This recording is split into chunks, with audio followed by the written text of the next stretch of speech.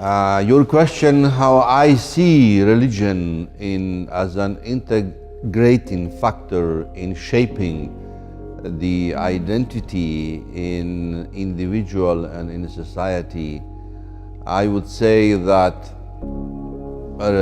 identity taken as the continuity of memory,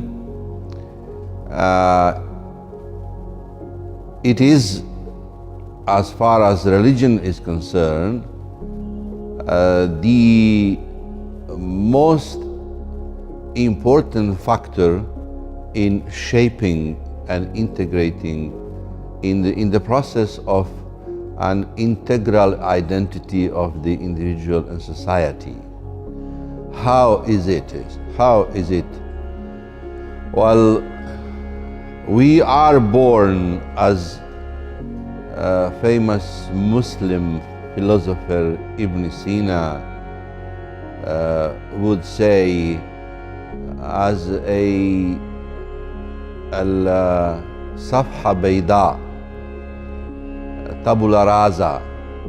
This idea of tabula rasa was initiated by Ibn Sina. Later on, John Locke and others took idea. So where we are born, we have no memory except that deep memory that God has made in our soul, as we believe from the day immemorial when God asked Adam and his progeny, who is your Lord? And they said, or am I not your Lord? And they answered, قالوا بلى شهدنا, yes, you are. We witness that you are our Lord. So that memory, we say in Islam, is in deep psyche of a human being. So when Muslims repeat the testimony of faith, there is no God but God and the Prophet Muhammad is his messenger, it is not a new one, for it is basically reviving the idea that is already there. So this memory, together with the memory that is being graved by the parents, then you go to mosque or synagogue or church, then school, and then society. Basically, by this memory that you are earning, or they are putting in your mind, you become what you are. But the strongest memory of all is religious memory, because what is religion after all but repetition of the prayers and other things. So the strongest memory in human mind is the memory of religion. But I would like to make distinction here, the idea of faith and the idea of religion. We are all born as human beings with the ability to believe, and this is pure faith. And this faith we shared all as God's gift. Religion is instruction, or probably it's too strong, too heavy to say, but religion is a sort of theological shaping of your faith, or faith is the source for religious instructive theology. So your religion is not necessarily faith.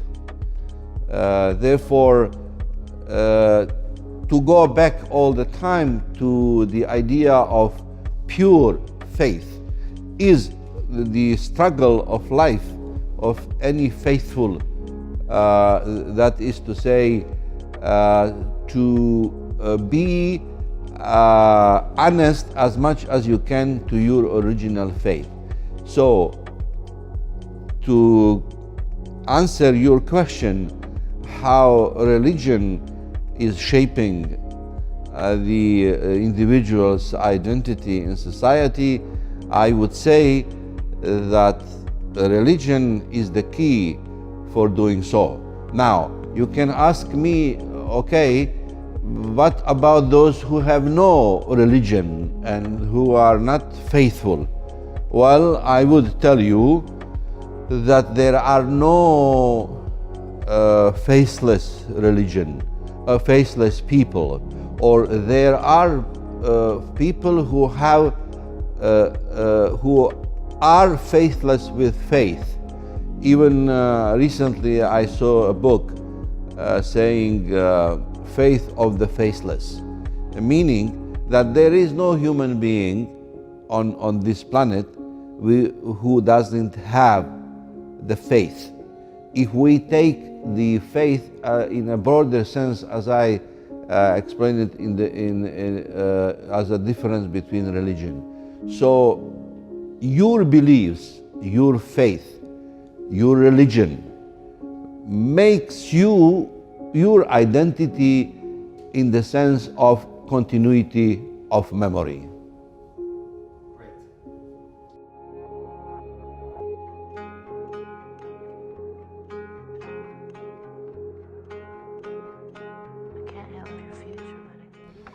Well, your second question, how the mystical theology makes identity of an individual in society, and what is the role of mystics as such in shaping this identity. Well, not all people who belong to a certain religion are mystics. Mystics are very elite, I would say, in each and every religion. And therefore we have to ask, what is the difference between mystics and the rest of the members of one faith? Well, this is, there is no answer to this question to say this is the difference between mystics and non-mystics.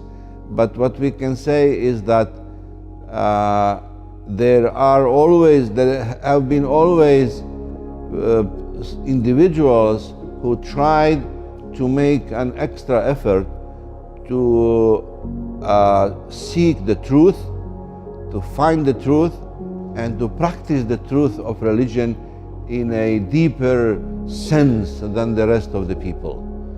So those people are not the standard of faith. They are exceptions.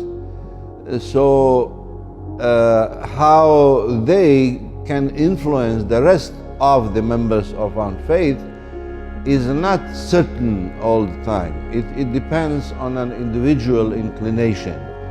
But we can say generally that the idea that there are mystics in a certain faith, we can imagine that even those who don't belong to this group of people, by rejecting the mysticism as the Orthodox do, by the fact that they reject this mysticism and talk about it, I think that mystical thought influence them in one way or another.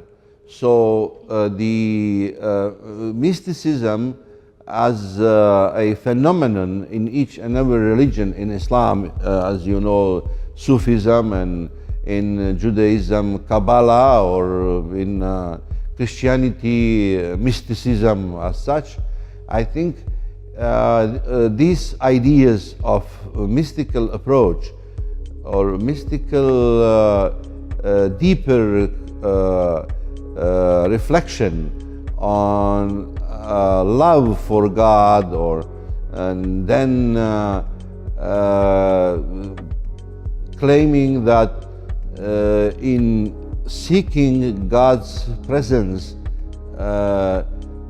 some mystics pretend to be united by the sense or the essence of God and all these things.